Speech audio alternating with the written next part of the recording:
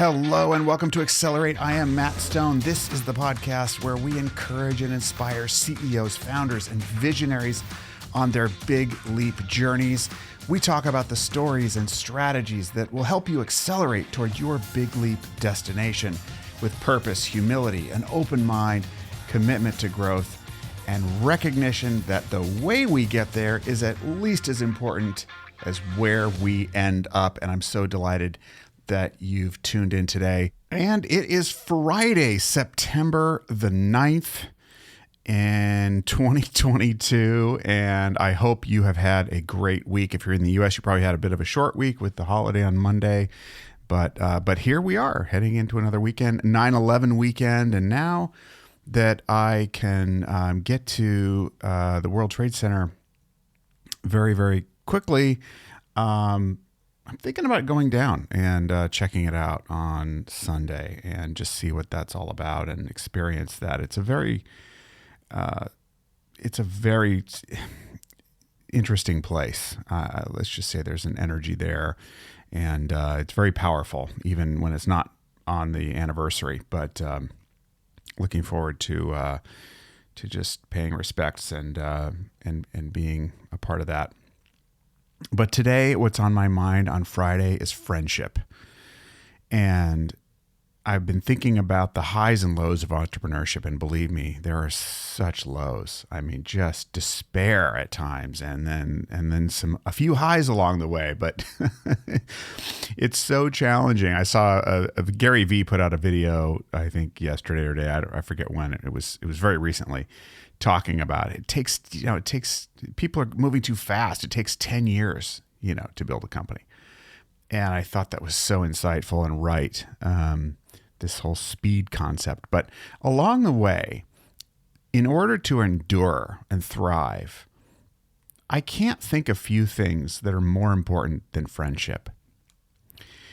And about 10 years ago, I was in Japan. I had moved back to Japan for the second time. I had left my legal career a couple years before that and wanted to reinvent myself again and do something that was very true to myself.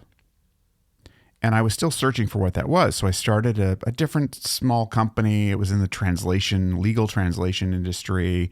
I moved to Japan. I was dating my future wife, who's Japanese. And in order to make some money while I was figuring things out, I searched for jobs that I could do, in English in Tokyo while I was working on this business. Some other jobs that were not teaching. And I found a local training company that was doing corporate training, and it was all in English. And I went and interviewed, and I got the job. And it was perfect for me at the moment. Was I overqualified? Yeah, but a lot of people are overqualified doing that work, and so it was perfect. It was perfect.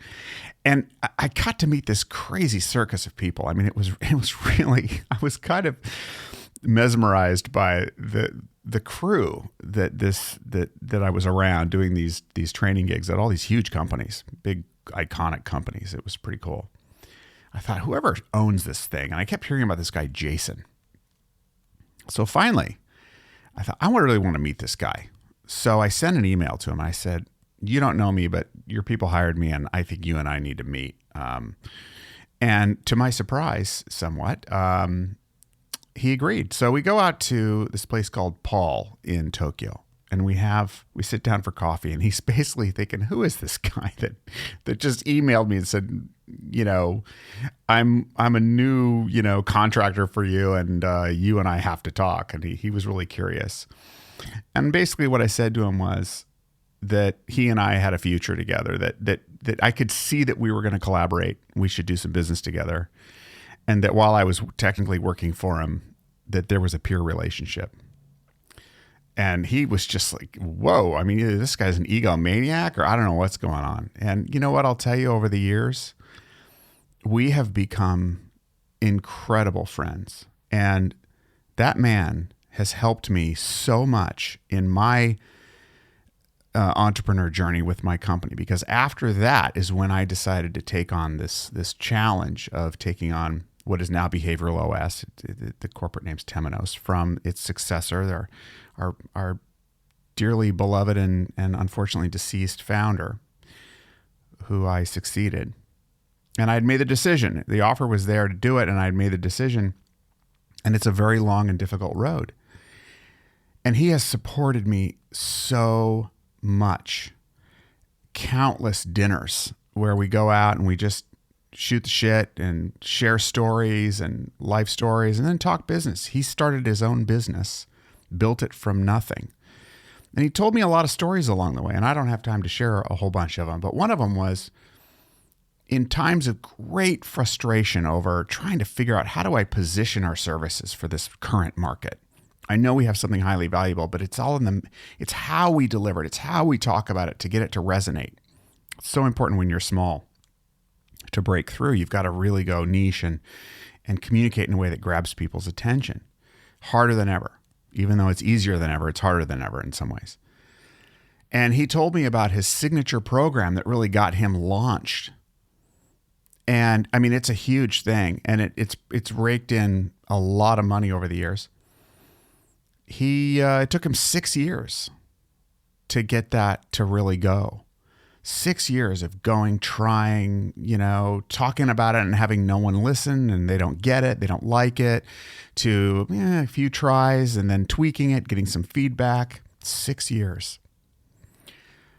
And over the years, when I was struggling in the early days with things, he just would say, look, I'll support you, whatever you need.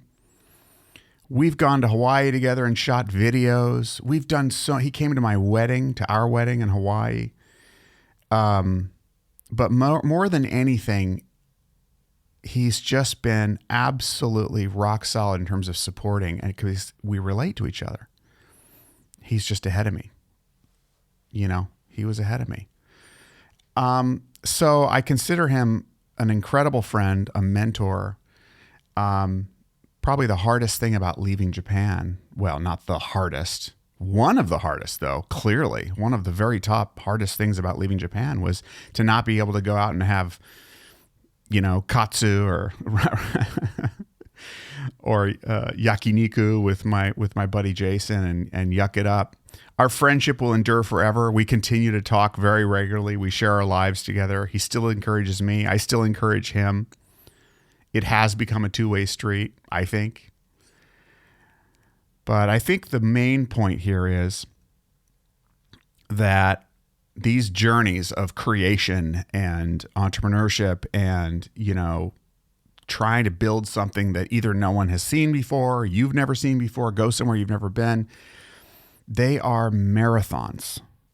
And finding a friend who has been there before you, who really cares, and building that kind of relationship, investing in that relationship, there's just simply not a price to it.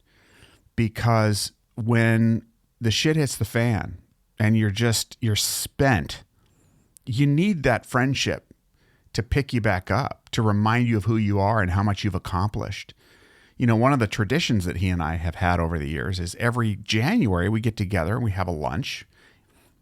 And he would take me out to these really nice places until he loves food. So he'd take me to these amazing places for I have eaten they say punch above your weight.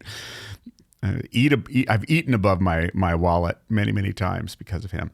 But we would go over our annual review, and it was essentially, it boiled down to a gratitude list of all of the wins for the year. What did we accomplish that year? Even in a tough year, there's so much to celebrate. Even through the pandemic, we would meet and talk about the craziness and all the uncertainty, and, helped each other get through that. So Friendship Friday, that's what's on my mind today. There's just no better asset than friendship through these journeys. True, enduring, win-win, mutually rewarding, deep invested friendship. It's what makes life worth living, and it's what makes going another day when you don't see any solutions. And that person says, yeah, I've been there and I got through it. You can too. You're worth it. Think about all the things you've done. Look at this success. Look at that. Oh, yeah. It's incredible. So I don't know if he even listens to this podcast, but whether or not he does, the sentiment is true. Friendship is the absolute most important asset to the sustained energy and grit that a person needs to get through things. At least that's been my experience. So treasure your friendships, nurture your friendships, appreciate your friendships, invest in those friendships, because those friendships will help you lead a happier, more fulfilled, and more successful life. That is guaranteed. That's my sentiment for today. I'm so glad you listened to this podcast. If you find inspiration, help, encouragement in this podcast, please, please, please subscribe wherever you are, whatever platform you listen on. Subscribe, give us a good rating, share it with your friends, family, share it on social media. If you like a particular episode, you can catch us on the podcast website, which is mattstone, mattstone.co. Not com, it's .co, mattstone.co. Twitter is @mattstoneco, all one word. Instagram @mattstoneco. And I really look forward to connecting with you again on Monday. If you did not have time to listen to my hour and 14-minute long conversation with consultant and coach Alicia Huck yesterday, boy, if you're running a business and you're scaling, you're growing, especially, that is the podcast for you. She is incredible. We talk about a lot of things, but if you go about a half an hour, 40 minutes in, we start talking about different topics around specifically leadership team foibles and difficulties and challenges and how they can overcome them as they grow. As Alicia puts it, bigger is different. And you need to change your approach once you start growing. It's a completely different animal. So she's dynamic and wonderful and full of insight. I highly recommend. Take this weekend, listen to that podcast. I guarantee you will get something out of it. So have a great weekend. As always, once again, thank you so much for listening. Bye-bye for now.